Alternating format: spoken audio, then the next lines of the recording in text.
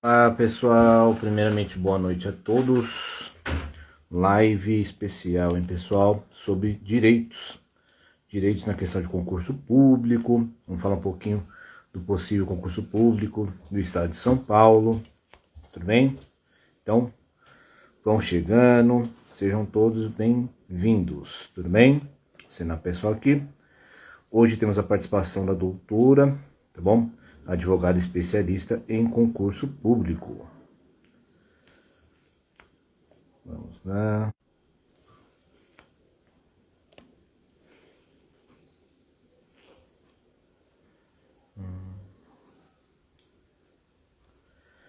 Olá, boa noite a todos. Vão chegando. Logo irá começar a live. Sejam todos bem-vindos.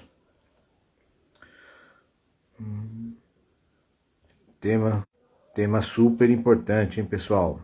Logo a doutora irá entrar na live também. E é sempre bom vocês conhecerem os seus direitos. Vamos lá, vai chegando o pessoal aí.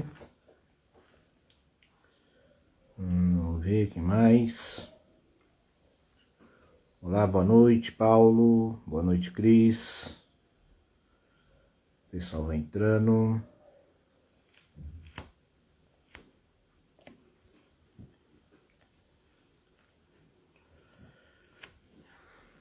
Vamos ver. E concurso público de 2026. Para quem não sabe, o secretário da Educação, Renato Feder, está planejando um concurso em 2026, tá bom? Essa entrevista foi em abril, ali, para a Rádio CBN, mas vamos ver o que realmente irá acontecer. Opa, boa noite, Jerúzia. Boa noite. Logo a doutora irá entrar na live também. E aí, Marcelinho? Obrigado pela consideração, hein? Vamos lá.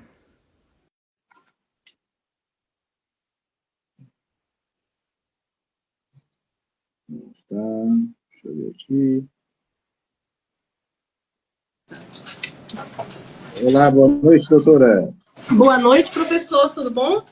Tudo bem, graças a Deus, e você? Tudo bom, graças a Deus. Ai, meu Deus do céu, deixa eu pegar aqui. Deixa eu ver como vamos fazer. Prazer, sou a doutora Luanda, obrigada pelo convite, né, por participar dessa live sobre o concurso, né, da Secretaria Estadual de Educação de São Paulo. Eu analisei aqui tanto esse edital, né, de 2023, quanto o processo seletivo, né, que está em aberto, né? Que o Estado de São Paulo iniciou agora e uma coisa está relativamente vinculada à outra. Isso mesmo, doutora. Concurso de 2023 ainda está em vigência. O último ano dele é em 2026, o próximo ano. Pode ser prorrogado para mais 2. Mas foi um concurso muito polêmico, doutora, principalmente a questão da perícia médica. Aí muitas pessoas entraram na justiça e o secretário atual, Renato Feder, está planejando elaborar um concurso para 2026. E fica aquela dúvida, pode, doutora, ano eleitoral com um concurso, pode ter outro concurso com outro em vigência? Pode. O que acontece, né? Tendo o concurso em vigência, pode abrir outro concurso, desde que todos os aprovados dentro do quadro de vagas já tenham sido convocados. E eu vi que foram mais ou menos 15 mil, né, vagas desse concurso, dentro do quadro de vagas, né, além do cadastro reserva. Então, essas 15 mil pessoas, elas têm um direito líquido e certo de serem empossadas. Então, iniciando um edital, elas têm esse direito de exigir a sua posse e eles não podem convocar ninguém sem ter convocado essas pessoas. O fato de ser ano eleitoral não impede de ter concurso. O que impede é 3 meses antes das eleições, eleição em outubro, né? Outubro, novembro. Então, 3 meses antes da eleição, o governador não pode convocar ninguém. Mas isso não impede que o certame ocorra em ano de eleição. O impedimento é apenas pelo ato convocatório. Entendi. Então, por exemplo, ano eleitoral não pode ter nomeação? Pode ter nomeação até 3 meses antes da eleição. Até 3 meses antes. Ah, Isso, até 3 meses antes da eleição pode ter convocação. Interessante, viu, pessoal? Uma dúvida aí que muitos tinham. Realmente é algo que eles estão planejando, mas para isso tem que se encaixar na lei, porque eles não querem contra a lei. Então vamos ver o que vai acontecer. A doutora falou aí dos 15 mil, concurso Uhum. de 2023. Segundo os dados da própria SEDUC, foram nomeados 12 mil. Então está faltando 3 mil nomeações. Mas saiu uma portaria em Diário Oficial, onde traz algumas nomeações sem efeito. Então, provavelmente, esses 12 mil diminuiu consideravelmente, deve ter ficado aí uns 9, 10 mil, por causa dessa portaria em si. Mas já foi falado pelo secretário interino Vinícius e o próprio Renato Feder que as convocações irão voltar esse ano. Estamos vendo que vai voltar entre agosto, aí, questão de setembro também, volte as convocações. Igual a doutora falou, por lei, ele tem que nomear esses 15 mil para aí sim pensar em outro concurso. Seria isso, doutora? Isso, seria. Na verdade, eles até podem abrir o edital na vigência, mas eles precisam convocar essas pessoas. Então, eles ingressando, publicando um novo edital, essas pessoas podem exigir a posse. Porém, ele tinha que convocar 15 mil, né? Ele Sim. convocou 12 mil, algumas não tomaram posse, você acha que deve ter caído para 9 mil a 10 mil. Porém, foi feito um processo seletivo com 150 mil inscrições. Eu achei o quantitativo assim surreal, né? Eu até Gigante, tentei pesquisar o quantitativo das pessoas que foram convocadas, né? Mas como eu não acabei não analisando a transparência, eu analisei só o edital e acho que ainda está tendo, né? Não sei se já começou a convocar. Então, assim, considerando que tem um processo seletivo, não apenas os aprovados dentro do quadro de vagas, mas quem foi aprovado fora do quadro de vagas, se provar que tem contrato, também pode exigir a posse em juízo. Aí, viu, pessoal? Tem a questão da lei. Por isso, é importante vocês seguirem a doutora. Tem o Instagram dela aí. Ela faz um excelente trabalho. E muitas vezes a pessoa perde a sua posse porque ela não conhece realmente os seus direitos. Então, você tendo ali um suporte de uma especialista em concurso público, faz toda a diferença. Esse processo seletivo, doutora, que você falou, é para contrato temporário. Ele investiu milhões, tudo bem? Então, ele vai um pouco na contramão. Em momento que ele traz um concurso de 2023, ele investe milhões para contrato temporário. Isso é um grande problema também na questão da educação estadual. Muitos professores com contratos precários, esses contratos temporários são precários, não Recebe tem bem menos, né, que os professores de carreira.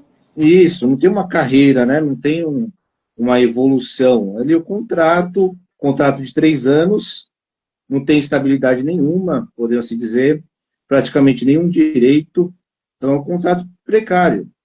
E o Estado está investindo em contrato temporário também. Isso é um grande problema. A questão do concurso de 2023, essa questão das nomeações. Vamos ver, pessoal. Tem uma ação, doutora, do Ministério Público. O Ministério Público entrou contra a SEDUC, exigindo 40 mil nomeações. Tudo bem? Porque, Caramba, é o que eu imaginei, é bastante coisa, 40. isso, exigindo 40 mil nomeações. É uma Porque, ação civil pública? se eu não me engano, eu acho que é nessa linha mesmo, viu, doutora? Ah. O que aconteceu? Teve audiência, tudo bem? O juiz pediu mais 30 dias úteis para a SEDUC apresentar alguns números, porque a SEDUC não quer 40 mil nomeações. Ela fala que não tem orçamento, que a questão da quantidade de matrícula diminuiu dos alunos. Então. Mas tem processo seletivo. Está contratando, pode ter o dinheiro para pagar o professor contratado, mas não tem dinheiro para pagar quem foi aprovado. Né? Você está vendo como é as coisas? Por isso a gente sempre reclama. De um lado fala que as matrículas diminuíram, mas e esses milhões de processo seletivo, contratação temporária? E não tem orçamento, mas está investindo cada vez mais. O que acontece, né, em relação ao contrato? A Constituição permite contrato temporário desde que siga, né, alguns requisitos. No caso da educação, contrato temporário só pode ser para substituição para professor substituto, né, professor estrangeiro ou alguma pesquisa muito específica. E o que acontece? Apenas 20% do quantitativo total de servidor efetivo é que pode ser substituído. E como é a substituição? Um professor com licença médica, uma professora com licença maternidade, aquela licença para estudar, né, que vocês podem ficar até 2 anos. Ou quando um professor pede vacância, estou em São Paulo, passei em Santa Catarina, vou pedir vacância, vou testar como é Santa Catarina, se tudo der certo, eu fico lá e peço exoneração, se não der certo, eu volto. Então, essa vacância de 2 anos, ela pode ser substituída. Então, assim, digamos que o estado de São Paulo tenha, não sei, 50 mil professores no total. O quantitativo máximo que ele pode ter de contrato é de 10 mil, que é o quê? 20% disso aí. E o contrato a gente precisa aprovar, né? No caso, o município, no caso, o estado, ele precisa aprovar que esse contrato é para substituição. Então, assim, mas como é que ele vai provar? Se alguém exigir isso em juízo, se ninguém exigir, ele vai continuar contratando. Então, tudo isso é indevido. Nós fizemos uma pesquisa aqui no escritório, né, gente? Eu tenho sotaque baiano, eu sou baiana, mas meu escritório fica no Rio, mas a gente tem processo no país inteiro.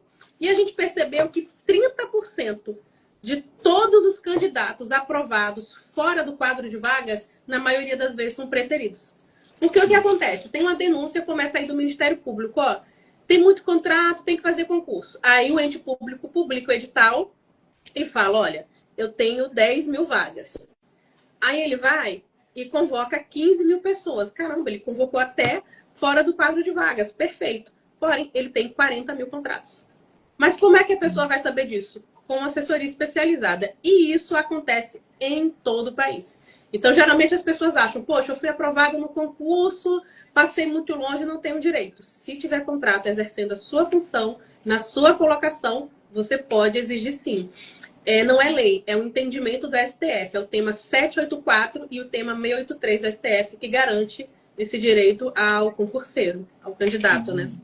Que interessante. Então, vamos imaginar esse concurso de 2023. Uhum. Tiveram muitos aprovados, que não ficaram dentro das 15 mil vagas. Esses aprovados, eles podem, se comprovar que tem contrato com o Estado, entrar com alguma ação, algo do tipo? Pode, dependendo da questão, pode ser um mandado de segurança ou uma ação ordinária. Eu geralmente indico a ação ordinária porque a gente sempre pede, né? A gente sempre pede inversão do ônus da prova, que é o quê? A gente consegue provar que tem um contrato, mas o município ele pode se defender dizendo que essa contratação foi necessária. Então a gente pede inversão do ônus da prova, exigindo, né, que a Fazenda Pública comprove essa substituição. Então, a candidata Marina está substituindo quem, esse contrato? Está substituindo a Maria? Está substituindo a Elisete? Geralmente, eu vou ser sincera, pouquíssimas, raríssimas vezes essa comprovação ocorreu, porque geralmente não é comprovação.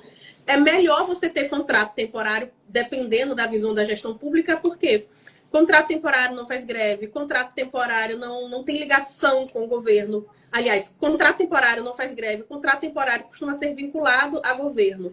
Não que seja necessariamente uma indicação, mas eu estou no Rio, então assim, o governador aqui do Rio é Cláudio Castro.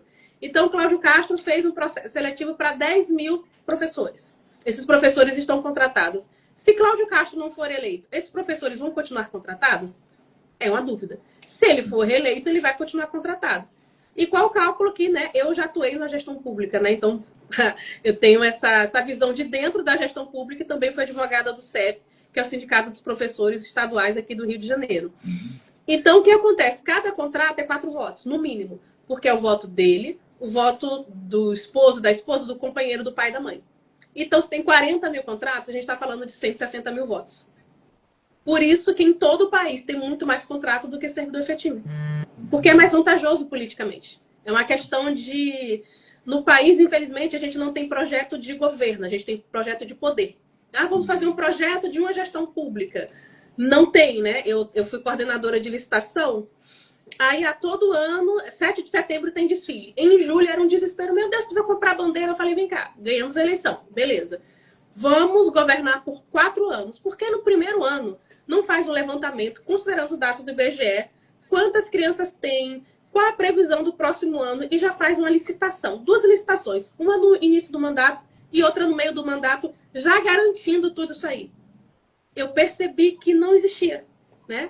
Na época que eu fui coordenadora de licitação, eu estudava direito. Eu ainda não era formada, mas eu já estava estudando direito. E eu percebi, e na minha visão, é naquele município que aquilo ocorria, né?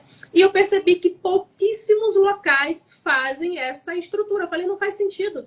Se fevereiro tem aula, o uniforme tem que estar na escola em janeiro. Não faz sentido essa licitação ser em novembro. E faz sempre assim, né? Então eu comecei a ter acesso, né, a ter noção desses dados quando eu fui coordenadora de licitação. Eu falei, gente, a criança vai estar lá. Não faz sentido você não fazer isso com antecedência, mas ninguém faz com antecedência. O que é que pensa? Qual a próxima eleição? Qual o debate que está tendo na Câmara? Qual o debate que está tendo na Assembleia Legislativa? Qual partido brigou com quem? E a população, infelizmente, muitas vezes fica a ver navios, né? Por essa visão de poder, não por essa visão de governo, né? Que é em prol da população. Inclusive, eu achava que servidor público não tinha problema. Por quê? Servidor público foi aprovado no concurso, foi convocado, tem estabilidade, não tem problema. Quando eu atuei na gestão pública, eu falei, misericórdia. Eu não imaginava que vocês tinham tantos problemas, né? É uma matéria que a gente que estuda direito fala, é uma matéria que na faculdade é aparentemente chata. Todos os estudantes de direito se apaixonam por direito penal, porque debate é isso e aquilo, e vai dar liberdade, o mundo é muito injusto. O direito administrativo, as pessoas têm direito, o governo faz. O governo não faz. Entendi, doutor. Então, por exemplo, essa questão de contrato não é só questão de orçamento, é principalmente algo político, questão de poder. Exatamente, extremamente política, extremamente político. Porque quando eu fui advogada do CEP, o CEP fazia muita greve, né? E o que acontecia? Não precisa que o professor faça greve, só precisa que o cozinheiro faça greve, tá? A dica, né? Governadores, por favor, não gravem meu nome, porque se não tiver comida, não pode ter aula. Então a escola tem 200 professores, 5 cozinheiras. As 5 cozinheiras fazem greve e a escola fecha, porque não pode ter aula se não tiver comida. Se a cozinheira for efetiva, tem greve. Se a cozinheira não for, é mais fácil o sindicalista convencer 5 cozinheiros ou 300 professores. 5 cozinheiros. Verdade. Então, Boa, é por isso verdade. que eles não gostam de servidor efetivo, porque servidor efetivo ele não é vinculado à gestão, ele não deve favor à gestão, ele não tem receio da gestão e ele tem liberdade. Se ele vê algo de errado, ele não vai fazer, ele não vai assinar aquele documento, ele vai denunciar. Se ele não for, ele vai ser refém, né? Muitas pessoas põem culpa no contrato. Falam que o contrato é um refém do governo. É verdade, viu, doutora? E o Estado de São Paulo, ele tem uma grande complicação que ele divide os professores por categoria. Categoria A, efetivo, categoria F, estável, categoria O, que hoje tem 2 subdivisões, categoria C e categoria Y, que são os contratados. Então, essa divisão dificulta muito a questão da união, viu, doutora? Dificulta muito. Igual você falou, o contratado, ele praticamente não tem condição de fazer uma greve. Se ele fazer uma greve, infelizmente, ele acaba perdendo o seu contrato, muitas vezes. Já o efetivo já tem essa estabilidade. Muito interessantes pontos que você trouxe, viu, doutora? Vocês viram, pessoal? Muitas vezes nós não conhecemos os nossos direitos. E esse concurso de 2023, realmente, eu nunca vi um concurso tão bagunçado assim. Se você entrar, doutora, lá na área do candidato da VUNESP, você clicar em editar de documentos, você vai ver quantas liminares ali. Tem uma onda de liminares, de tantas pessoas que entraram na justiça. Um concurso muito bagunçado, doutora, muito bagunçado de verdade. E agora, a doutora respondeu que pode, pessoal.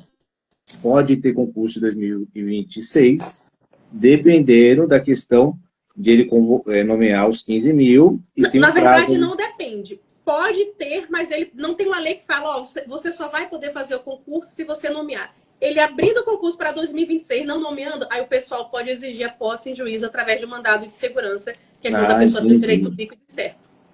Entendi. Então, ele não é impedido, mas quando ele faz isso, o candidato pode exigir sua posse. Aí, apesar de ser, eu imagino a revolta que seja, né? Você estudou, se dedicou, pô, na minha vez não vai me chamar? O primeiro momento é algo muito ruim, mas você sabendo usar isso estrategicamente, você consegue ser empossado. Então. Pode ser algo bom também, pessoal. Imagina. Então, abre uma brecha aí para vocês entrarem na questão da justiça com também a assessoria de uma especialista que é a doutora. Interessante, doutora. a questão de ano eleitoral, ela já explicou tudo certinho para vocês. Você quer falar um pouquinho também, doutora, dos seus serviços, o que direito dos professores em si? Você consegue pegar bastante casos de professores. Você falou que tem todo o Brasil, todo estado, município tem te constatado a questão da sua assessoria. Você tem pego não só no estado de São Paulo, mas em outros lugares do Brasil também, essa questão de contrato temporário. A gente atua em todo o país. Eu não posso falar de nenhum caso meu especificadamente, porque a OAB não permite, mas eu posso falar no geral como o judiciário funciona. Aqui no Rio, né, tem um problema muito sério sobre o piso do magistério, né? Igual o piso da enfermagem. STF decretou, paga. Tem muito lugar que não paga. Piso do magistério, tem muito lugar que não paga. Não sei como é em São Paulo. No Rio, tem muitas pessoas que se aposentaram e não recebiam piso e se aposentou, por exemplo. Já vi casos de pessoas aposentadas há 10 anos que ingressou com a ação judicial e só de retroativo tem quase 100 mil reais para receber. E acho que trabalhava 25 horas, 15 horas, né? Tem uma variação que vocês têm. Por quê? Por causa do piso. Então, eu sei muitas questões, como eu trabalhei no CEP, então atuei em muitas questões. O CEP é muita reunião com o Ministério Público, é muita ação civil pública, às vezes o CEP tem parceria com a Defensoria Pública. Então, a gente vai tendo acesso a algumas informações, assim, relativamente privilegiadas, né? Então, tem muitas questões que muitas vezes a pessoa passa por problema para ela conseguir ingressar na gestão. Então, ela paga, né, a inscrição, ela faz um curso, ela investe dinheiro, ela investe tempo, é aprovada e não é convocada. Aí, ou ela é convocada, beleza, começou a trabalhar. Aí chega lá para trabalhar, ela não recebe piso, ela não tem a progressão da forma correta, ela não recebe os adicionais necessários, né? O que é muito comum, que eu fico surpresa, é o professor não receber regência. É super comum o professor não receber regência. Ele precisa trabalhar aquelas 24 horas, 25 horas, né, na escola. E se o professor não recebe regência, ele tem que receber aquele valor como se fosse hora extra. E é algo assim que é pacificado, não tem debate. E muitas vezes as pessoas não sabem que podem fazer. Mas se eu ingressar com ação judicial, vou ser perseguido. Gente, eu vou ser sincera, gestão pública odeia servidor público efetivo. Então, assim, eles não vão gostar de você com processo ou sem processo. A diferença é que com o processo você vai ter seu direito garantido e sem processo não vai ter, né? Então, eu vejo essa questão da educação, geralmente tem um estatuto do servidor melhor, né? Porque aqui no Rio é CEP. Eu não sei, São Paulo não é CEP não, né? Deve ter outro nome o sindicato aí. É a POSP. Tá. Aqui no Rio, CEP é muito forte. Então, geralmente, todo município tem o estatuto do servidor e o estatuto do magistério. É algo diferenciado. Se a escola for num lugar perigoso, apesar que Rio é um lugar perigoso, todo lugar aqui deveria ser perigoso, né? Mas não vamos entrar nesse detalhe. Mas se for considerado um local de risco, tem municípios que o servidor do magistério tem esse direito. Então, assim, tem muitas coisas específicas do Estatuto do Servidor, né?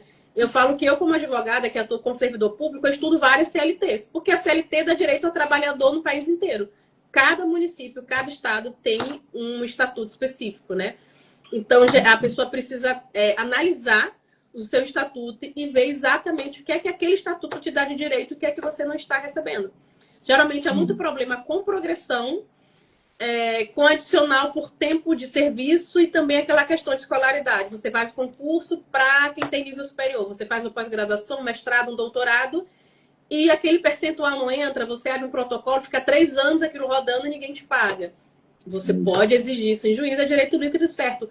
Não que não vai ter debate, sempre tem um debate judicial. Mas é o que eu costumo falar, você vai ter uma poupança. Igual aquela senhora, né? Ela tinha poupança, você tá lá, 89 mil, agora eles vão te pagar. Você vai receber, vou receber no próximo Natal. Não sei, mas quando você receber, você compra um carro, você quita uma casa.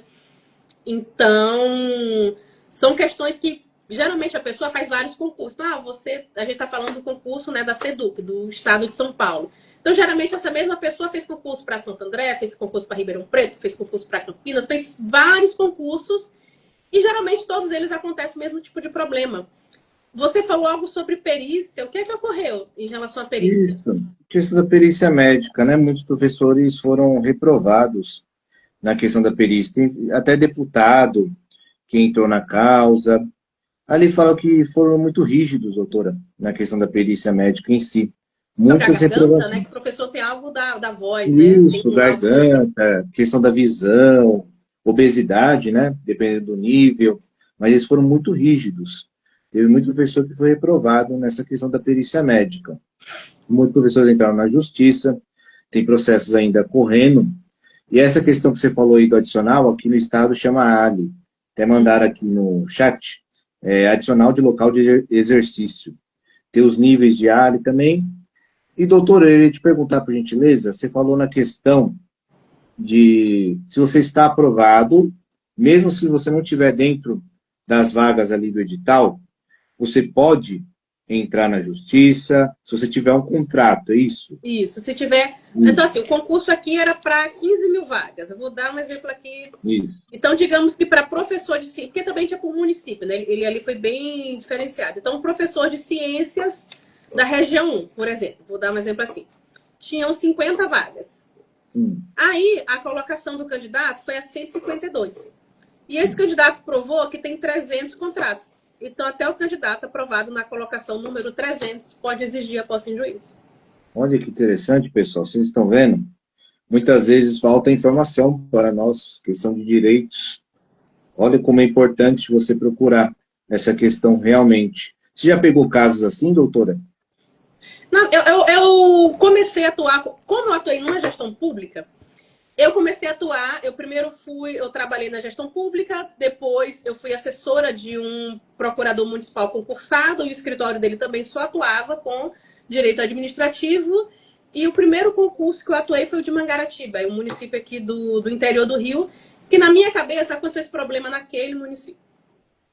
Aí depois eu descobri que acontece esse problema, né, com todos os lugares. E assim, e eu não imaginava, geralmente atua com direito administrativo quem já atua na fazenda pública. E eu, há 6 anos, eu já atuo com preterição.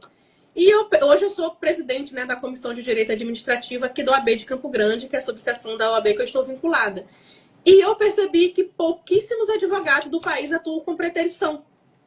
Não é... Sequer é comum um advogado especialista em direito administrativo, você encontra algumas coisas, mas se você for pesquisar preterição, você não vai achar muita coisa. Inclusive, eu estou pensando em escrever um livro, né? Fazer um mestrado, escrever um livro, porque realmente tem pouquíssima literatura sobre isso, apesar de, desde 2016, ter transitado em julgado esse entendimento da STF, esse entendimento 784, que é se tem contrato exercendo a sua função na sua colocação, você pode exigir a sua posse em juízo. Geralmente, alguns advogados que atuam com isso, eles são pegos como o STF, ele fala, olha, se a Constituição permite o contrato, precisa ver se esse contrato é necessário ou não. E muitas vezes o advogado não sabe como sair disso, né? Como eu atuei numa gestão pública, eu sei como sair, que é com esse pedido de inversão do ônus da prova, exigindo, eu quero que você me prove quem essas 30 mil pessoas que foram contratadas estão substituindo. Porque precisa vir. Antônio foi contratado para substituir Fernando, e Fernando está de férias até o dia X, e Antônio volta no dia Y. E não tem. É algo assim que pouquíssimas gestões têm essa organização. Então, assim, é algo que a gente lida aqui no escritório praticamente o tempo todo. Todos os dias. Hoje eu devo ter uns 600 a 700 processos ativos, né? E 90% disso é sobre preterição. Olha, vocês estão vendo isso, pessoal? Perguntaram aqui no chat, até, por que a POSP nunca nos disse isso? Porque não sabe, pessoal, muitas vezes não sabe. Por isso faz diferença uma especialista. E assim, o sindicato, ele só pode atuar para quem é sindicalizado. Ele não pode atuar para quem não é da rede. Então, imagina o sindicato, geralmente o que o sindicato faz é exigir a posse. Inclusive, eu sempre falo para os meus clientes, gente, tomou posse, se filia ao sindicato. Ah, mas acho que o sindicato é vendido. Eu falei, sindicato é por voto. Se hoje o sindicato é vendido, se você votar em outra pessoa, amanhã não vai ser. O sindicato não decide nada sozinho. Eu acho que a coisa mais democrática que temos é sindicato. Eu fui advogada do sindicato de um município que tinha na educação, eu acho que 2.000 servidores. Na reunião iam 10. Eu falei, gente, fica difícil reclamar do que foi decidido. Tanto é que quando eu abri meu escritório, eu pedi demissão 4 ou 5 vezes do sindicato. Eles não queriam me demitir. Eles só aceitaram minha demissão, né? Foi logo 2021 para 2022, no final da pandemia, quando eu fiz o evento com o Lindbergh, que eu estava assistindo, né, a votação da Câmara Municipal, e eu percebi que em 5 segundos eles mudaram né, o estatuto sobre a lei sobre aposentadoria. E em 5 segundos, o que os servidores públicos teriam muitos direitos se vinculou ao INSS. Eu fiquei chocada. Falei, gente, ninguém entendeu o que foi falado. Ah, vocês votam que a lei Y vai ser adequado à reforma X? Quem é que sabe qual é a reforma X? Ninguém. Aí eu falei, olha, não tem mais, né? Apesar de existir a Previdência, o regime próprio de Previdência igualou ao INSS. Não igualou. Eu falei, igualou. Foi na votação antes do Natal. Uma votação que ninguém está prestando atenção. Aí o sindicalista, não, vamos fazer uma revolta, vamos fazer uma greve. Eu falei, olha, eu preciso sair, porque eu vou abrir meu escritório, mas não tenho como atuar para 2.000 servidores e ter um escritório, a não ser que eu abra um escritório dentro de um prédio. Quero atuar com concurso e alguns casos particulares. Eu falei, o que é que eu posso fazer para sair? Olha, o Lindbergh vai vir, a gente vai fazer um chamamento para greve, e eu preciso que depois que o Lindbergh faça um discurso, você faça um discurso falando sobre isso. Eu falei, só isso? Obrigada. Eu falei, eu vou ter segurança? Como eu volto para casa depois desse Lindbergh? Tem a proteção dele. Eu sou só, né, uma Melis brasileira, né? Uma latino-americana sem dinheiro no bolso, sem parente importante. Sou só isso, o Lindbergh é o Lindbergh. Fiz o evento, gerou-se uma revolta, e eu já estou indo embora. Prazer, Lindbergh, tirei uma foto, tchau. Aí eu consegui sair do sindicato, e eu acho que eles fizeram a greve, enfim. O prefeito me amou, só para não dizer o contrário. É um município de interior, as pessoas não têm essas informações, e ninguém sabia disso. Então, é que às vezes não tem mesmo, né, doutor? Igual você está salientando, muitas vezes falta informação. Por isso tem que procurar no lugar correto, pessoal. Nós, às vezes, deixamos de aproveitar tantos direitos que temos por falta de informação, não é verdade? Em todas as áreas, sempre tem a falta de informação. Interessante, doutor, esses pontos que você salientou, e essa questão do concurso público. E perguntaram aqui qual o nome da doutora. Olá, Luanda Nayara. Meu Instagram é @LuandaNayaraDV, porque eu tenho meu Instagram pessoal e do escritório. Aí você vai, do pessoal tá meus filhos e do escritório sou eu de blazer, né? Não tem... E o que é que eu faço? Eu faço 2 lives toda semana. Terça-feira eu faço uma live específica. Eu vou falar sobre o concurso de São José dos Campos. Eu estudo o concurso de São José dos Campos, eu falo quantas vagas tinha o concurso, eu faço uma pesquisa de quantos contratos tem e quem tem direito a exigir a posse. Aí eu falo desse concurso específico. E quinta-feira eu faço uma live de direito, eu faço alguma collab, algo que alguém me chama, eu debato sobre alguma lei que foi promulgada, alguma lei que foi publicada, algum entendimento da STF que você tem direito, daqui a pouco você não tem, ou você não tem direito, daqui a pouco você tem, né? Então, o direito administrativo ele é muito volátil, né? Então, depende muito de quem está no governo, quem está na gestão, quem está como prefeito, como deputado. Tudo isso tem uma alteração muito grande no direito administrativo. Então, eu sempre faço essas 2 lives, terça e quinta, e a gente está sempre postando sobre servidor público, sobre concurso público. Aí o pessoal me procura lá, que eles vão estar sempre atualizados, né? Isso. Sobre o que está ocorrendo no Brasil. O pessoal está interessado aqui, perguntando qual é o seu contato. Depois que acabar a live aqui, pessoal, eu vou estar divulgando no Instagram dela também nos stories, tá bom? Vale a pena, tem muita informação, eu dei uma olhadinha lá, muita informação. Veja para contratar, se você assim desejar, os serviços da doutora, porque é uma especialista, pessoal. Muitas vezes, a sua posse está ao seu alcance, mas você não tem a informação, não tem assessoria. Então, você precisa desse direcionamento de uma especialista, tá bom? Perguntaram aqui também, boa noite, tem alguma possibilidade de haver mudança no estágio probatório? É outra polêmica do Estado, viu, doutora? É um estágio probatório, que eu falo, pessoal, você tem que ser o Superman para ser aprovado. Ué, como assim? É um estágio probatório muito rígido, doutora. Você tem que ter em cada critério muito absurdo, tá bom? Tem a questão da avaliação até dos estudantes. Nós chegamos numa época, doutora, que agora os estudantes avaliam os professores na rede estadual. O estudante tem estrutura para avaliar o professor. Então pode escolher o que eles comem. Então, o pessoal TikTok o dia inteiro. Então... Nada contra, né? Mas, pelo amor de Deus. Você acredita nisso, doutora? Agora, todo ano, 2 vezes ao ano, o estudante vai lá na sala de informática, usa o notebook e avalia a metodologia do professor, avalia a gestão de sala de aula do professor, e se o professor não for bem nessa avaliação, a gestão avalia o professor também, por exemplo, o professor contratado, ele pode ser realocado para outra escola, como uma forma punitiva. Para você ter uma noção, doutora. Mas esse estudante, ele também avalia a gestão do governador, se tem então, merenda, se o uniforme chega, se o material então. escolar... Não, aí deveria... Será que o governador pode ser caçado?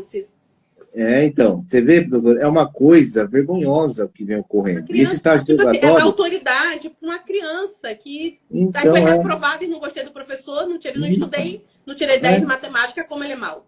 Isso, e o professor, ele fica com o pé atrás. Ela vai chamar a atenção do aluno, vai pensar uma, duas vezes. Vou chamar a atenção do aluno, dar minha nota baixa, e vou sofrer uma punição por causa disso. É uma vergonha, doutor, que vem ocorrendo, viu? O professor está sendo aluno, é uma falta de respeito. Antigamente, né, professor era autoridade, quase igual o pai. Hoje, o aluno tirou nota baixa, chega o pai. Por que meu filho não tirou nota alta? Se o senhor tivesse mandado ele estudar, quem sabe? Eu falo isso para os meus estudantes, mas é uma vergonha, viu, doutora? Eu nunca pensei que ia chegar nesse momento. E nós temos também na rede estadual algo que chama Programa Multiplica. No estágio probatório, para você ter uma noção, doutora, o que tomou a posse, está passando para o estágio probatório, porque é bom o doutor explicar também que você consegue estabilidade depois do estágio probatório, não é, doutor? Estabilidade é só após o estágio probatório. Antes não isso, tem. 3 anos de estágio probatório para você ter a sua estabilidade. Esse programa Multiplica é como se fosse um telecurso. Lembra o telecurso que passava? Telecurso 2000, né? Estava na televisão. 2000. Aí o professor, ele tem que ficar assistindo esses cursos, doutora. Ele tem que ficar assistindo esses cursos, tem que participar, tem que ter uma avaliação ali, uma frequência, para ser aprovado. Então, o estágio probatório, programa Multiplica, avaliação de aluno, avaliação da gestão, é uma coisa incrível. Eu vi aqui no comentário que falou assim, 70% da aprovação dos estudantes, precisa de 70% da aprovação dos estudantes para cumprir as metas. Eu não entendi. Precisa que 70% dos estudantes sejam aprovados para o próximo ano letivo ou os estudantes que precisam aprovar o professor? O professor. Os estudantes precisam aprovar 70% dos estudantes, o professor. Entendeu? Olha isso, onde chegamos, hein, doutora? 70%. É inacreditável, doutora. Eu falo, o pessoal não acredita, parece piada. Mas será que o CEP, qual aí que falou, peraí, eu acho que eu vi aqui em cima. Qual o sindicato daí? É a POSP. O sindicato assinador é o POSP. A POSP. A POSP, entendi. Isso, a POSP. Gente, será que poderia... Desde quando está assim? Desde que o Tarcísio iniciou? Não vamos falar de política, mas ele não deixa. Então, doutora, por exemplo, a POSP, não falar mal do prefeito, do governador. Ela sempre entra como liminares, tá bom? Mas a maioria das liminares é derrubada pelo governo, tá? Está sempre lutando ali a POSP, mas, felizmente, as liminares são derrubadas. Então, já entrou, é a resolução 83, que traz essa questão da avaliação. Essa avaliação já começou nas escolas de tempo integral, doutora. Faz uns 3, 4 anos, faz bom tempo. Aí agora, esse ano, ele expandiu para as escolas de tempo parcial. Então, todas as escolas agora da rede estadual têm essa avaliação de desempenho. Então, o professor tem que ser bem avaliado pelos alunos, pela gestão, para ir no Poderia vincular a avaliação do aluno à avaliação da gestão, porque se a diretora entende que é um bom professor e o aluno entende que não é, talvez, aparentemente, uma criança de 13 anos não tenha tanto bom senso quanto uma pedagoga. E para você ter uma noção, doutora, começa a avaliar o Fund 1 a partir do 4º ano do Fundamental 1 até o 3º ano do ensino médio. Quarto ano você fala é terceira série? Quarta série. Então, nós somos quarta série. Quarta série já avalia o professor. É uma coisa incrível. Quantos anos tem quarta série? Tem 9, 10 anos? 8? Por aí, né? Então, imagina isso, doutora. Você imagina isso. É inacreditável, doutora. Parece piada. E desde quando isso? Uma criança o pessoal tá rindo aqui, ó. O pessoal tá rindo aqui no chat, porque eles sabem. E desde quando essa resolução está vigente? Ó, essa 83 faz um mês, 2 meses que saiu, mais ou menos, tá bom? Depois, se quiser, eu até te mando. Agora, ela expandiu para as escolas de tempo parcial. Mas isso já estava na PEI faz uns 4 anos, por aí. Essa avaliação, doutora, tinha o Dória, depois veio o Tarcísio, né? E eles têm a mesma linha, praticamente, ali de pensamento empresarial, né? Privatização. Eles têm muito essa linha de privatização, tá? Então, já está há um bom tempo na rede estadual isso, viu, doutor? Muitos professores sofrendo. Escola em tempo integral, quando o professor era mal avaliado, o professor saía da escola de tempo integral, acontece até isso. Ia para a escola de tempo parcial, como uma forma punitiva. Assim, é inacreditável, doutor, Sabe inacreditável. uma coisa que é interessante, que pode auxiliar vocês? A OAB costuma ter uma comissão, OAB vai à escola. Mas essa comissão está vinculada à região da OAB. Então, eu moro no bairro de Campo Grande, aqui na capital. Então, a OAB vai à escola aqui, está vinculada à nona CRE daqui de Campo Grande. Talvez, se cada região fosse falar com o presidente da comissão OAB vai à escola da sua região, a OAB costuma ser um poder muito grande, sabe? Porque a OAB é uma entidade representativa do advogado, mas é a única profissão que está na Constituição. A única profissão que está citada na Constituição é a OAB. É o advogado, né? Então, a OAB não é que ela é poderosa, ela tem uma representatividade muito grande e ela tem um respeito, né? A OAB goza de um respeito muito grande. Então, se de alguma forma vocês conseguissem se organizar, né? E chamar cada micro-região, que eu vi lá, era por cidade, município, se eu não me engano, esse edital. E quem estiver já em sala de aula, conseguir solicitar esse auxílio, a OAB vai à escola, né? Porque assim, a OAB vai à escola, eles... não é uma entidade pública. A OAB, nós somos uma entidade pública-privada. É meio confuso isso, mas a gente atua como os dois. Mas, então, assim... Mas não chamar como se a OAB vai à escola para avaliar a escola e a OAB envia um ofício para o governo e o professor está sendo avaliado, ok, não está tendo alimentação, não está tendo uniforme, a janela está quebrada. Eu fui no evento, sexta-feira passada, aqui na OAB, né, exatamente da OAB vai à escola, com uma OAB mulher, né? E aqui, onde eu moro, tem a professora Rejane Dib. É uma professora muito importante e tal, e ela falou algo que chamou muita atenção, né? Ela trabalhava num local muito perigoso aqui no Rio e foi um policial lá prender um aluno, né? Que ele tinha cometido um ato ilícito. Ela falou, aqui dentro ele é meu aluno. Aqui dentro ele não é um bandido. E eu não vou deixar você entrar. E ela não deixou ele entrar e era menor de idade, foi uma vida muito complicada, sumiu, teve que fugir da favela, que aqui no Rio é assim. Anos depois, essa professora estava no restaurante e foi servida por um garçom. Aí esse garçom olhou para ela e falou, oi, professora, tudo bom? Ela, oi, né? Professor, você conhece 1 milhão de pessoas, de alunos. Aí ele, você lembra de mim? Ela, não, me perdoe, eu sou professora, são muitos alunos. Aí ele tinha um apelido, eu sou o Prego, você lembra de mim? Ela olhou, ela achou que ele tinha morrido. Ele falou, eu saí da vida, eu casei, eu tenho 2 filhos e hoje eu sou garçom. Você salvou a minha vida. E é uma das professoras, assim, muito reconhecidas aqui no Rio, extremamente importante. Ela já foi secretária de governo, de educação do estado, do município, enfim, uma pessoa muito importante. E ela falou, não tem nenhuma medalha para mim que é tão importante quanto o Prego, né? Eu não vou falar o nome da pessoa, quanto o Prego, quando eu encontrei com ele, ele falou, você salvou a minha vida. E o professor, ele tem esse acesso, né? Eu tenho até uma amiga minha que é professora e ela também é advogada, a Renata, e ela fala assim, Luanda, quando a escola perde, a sociedade perdeu. É quase irrecuperável quando a escola perde. Você vê, ele era um bandido, ele era envolvido com o tráfico. Ele falou, ninguém nunca me protegeu daquele jeito. Ela enfrentou a polícia. Não, aqui eu sou diretora, sou PM, aqui eu sou diretora.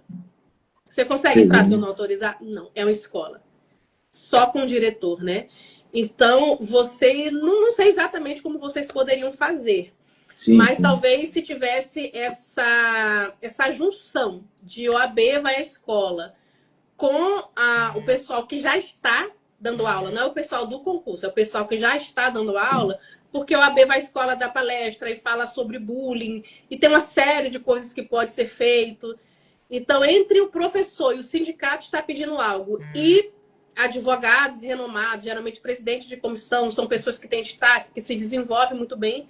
Eu acho que nessa avaliação aí, nesse regulamento, esqueci o nome do que você deu aí, da avaliação, vamos fazer uma... Porque o que acontece hoje em dia? Você pode fazer muitas coisas, mas nada chama tanta atenção quanto mídia. É verdade. Então, se vocês conseguirem chamar a atenção da mídia, olha, um aluno de 10 anos está falando se esse professor é bom. Esse aluno pode escolher o que ele come? Não. É verdade. Ele não pode escolher nem o lanche dele na escola. No máximo ele fala, quero feijão com arroz, ou quero salada, ou não quero. Ele não pode escolher, hoje eu quero lasanha. Como ele pode decidir se o professor é bom? É. Você vê, né, doutora? Obrigado pela dica. Vou estar procurando também para passar para os demais professores aqui. Aqui no chat, ó, professora Adriana, meus alunos do 5º ano votaram com notas muito ruins na professora de arte, porque não gostam dela. Como um aluno do 5º ano pode avaliar com precisão? Olha isso. É triste, Gente, pessoal. minha filha está no 9º ano, a minha filha não decide a vida dela. Se eu falar, você não vai com essa mãe, ela não vai. E só não vai. Você vai porque eu falei, porque eu sou a dona Hermínia, porque eu sou maluca. Você vai discutir Eu falo, pessoal, nós temos que rir para não chorar, porque é algo vergonhoso que vem ocorrendo. Eu nunca pensei que ia chegar a um cenário desse. Uma vergonha, doutor, uma vergonha. Aí o professor, vamos lá, o professor contratado, ele é avaliado também ou só o servidor efetivo? O contratado também, todos agora. Todos são avaliados. Tá, mas se terceirizar, não vai avaliar. Aí... Se terceirizar, não vai avaliar. Fechou o contrato, ganhou a licitação, não precisa de avaliação. Aí, viu? E quem começou com essa questão de terceirizar ali agora é o prefeito da cidade de São Paulo, né? Começou agora, tá triste a situação, viu, doutor? Vamos ver agora, quem mais aqui? Pessoal participando, sigam a doutora aqui no Instagram, hein? Sigam, tem ótimos conteúdos, bem interessantes. Pessoal falando aqui o estágio probatório, realmente uma vergonha. A resolução da SEDUC 115. Vou até anotar isso aqui. Isso. Gente, que absurdo, que absurdo. Fala sobre estágio probatório. Doutora, lá no final dessa resolução, tem uma tabela dos critérios. Se você olhar os critérios, você vai falar, tem que ser o Superman para passar nesse estágio probatório. É uma vergonha. É cada critério absurdo, doutora. Não, o professor efetivo avaliar, tá? O corpo da escola, porque a escola é... Como fala? O corpo de trabalhadores da escola avaliar, eu ainda acho um pouco complicado, porque tem muitas questões pessoais envolvidas. O corpo diretivo avaliar, ok. Os pais dos alunos avaliar, o pai do aluno que elege, como fala? Que elege diretor. Não sei se o diretor é por eleição, eles seguem isso ou é por indicação política? Então, tem alguns diretores que são por concurso e tem outros que são designados. Engraçado que isso eles não seguem, né? Porque o diretor deveria ser por eleição da comunidade. Comunidade pedagógica e a comunidade escolar. Eu não sei se os alunos votam, mas os pais, aqui no Rio, os pais que votam. Tipo assim, a pessoa faz, quando não tem concurso para diretor, é professor. E como é que vai ser diretor? Tem uma eleição na escola, que isso aí é uma instrução do MEC, né? Tem uma eleição escolar, onde os pais votam e a unidade escolar também vota quem vai ser o diretor. Então, o professor de ciências. Então, assim, você não vai votar no seu amigo, você vai votar no gestor. Porque o cara pode ser legal pra caramba, mas se ele não for um bom gestor, vai ser ruim pra todo mundo. É verdade. Isso a Globo não mostra, isso eles não cumprem. Agora, uma criança de 10 anos falar se o professor de geografia é bom. Não gostei, ele falou de perestroika, nome não sei pronunciar. Saiu vários vídeos aí no TikTok, doutora, de alunos do ensino médio fazendo um grupinho para voltar naquele professor, falando, ele me deu nota vermelha, então vou avaliar ele agora.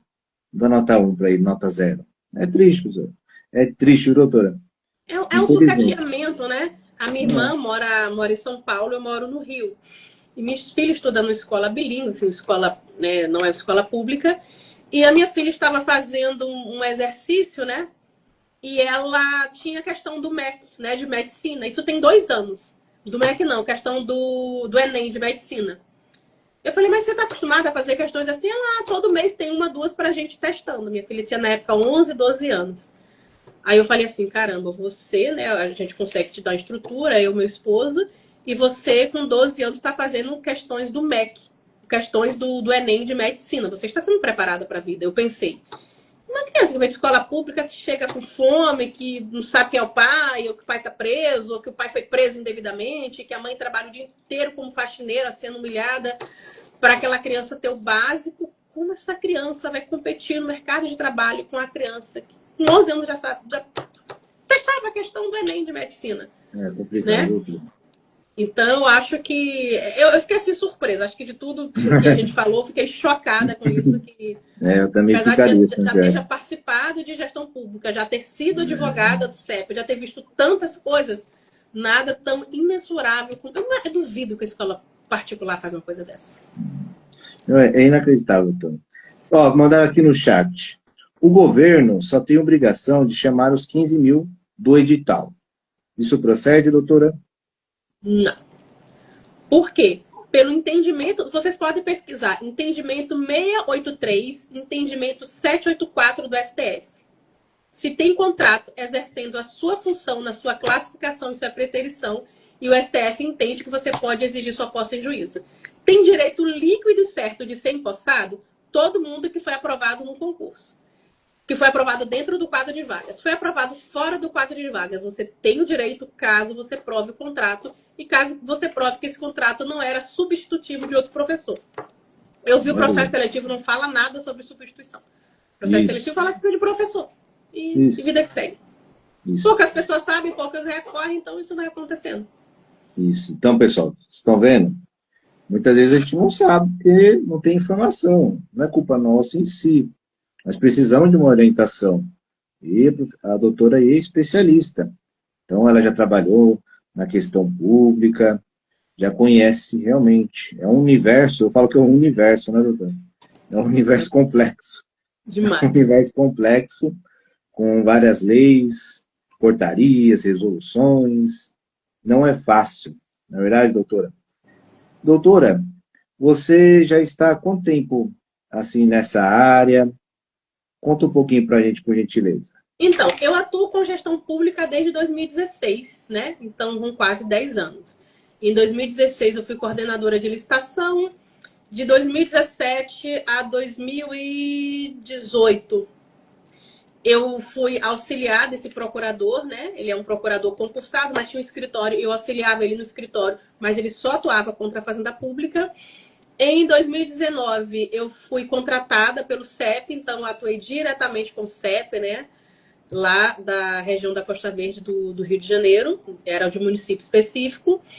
Em 2021, né? Eu já tinha meu escritório, mas era pandemia. 2022, eu abri meu escritório físico e comecei a atuar com ações particulares. Então, se for ver assim, a minha experiência com Fazenda Pública vem desde 2016. Tanto é que eu fazia, né, a faculdade ainda em 2016, a gente estudava a lei de licitação. Eu falava, não tem como dar certo, porque... Aí eu falava todos os pontos que não davam, porque não tinha como a gestão pública fazer. Então, assim, a gestão pública, ela vai fazer uma licitação, a gente primeiro precisa fazer um levantamento de preço. Eu tenho que fazer uma pesquisa. Eu faço como? Na internet, não. Eu tenho que mandar todos aqueles itens. Vou fazer a licitação de 2.000 itens. Eu tenho que mandar todos aqueles 2.000 itens para alguns lugares. Esses lugares precisam me responder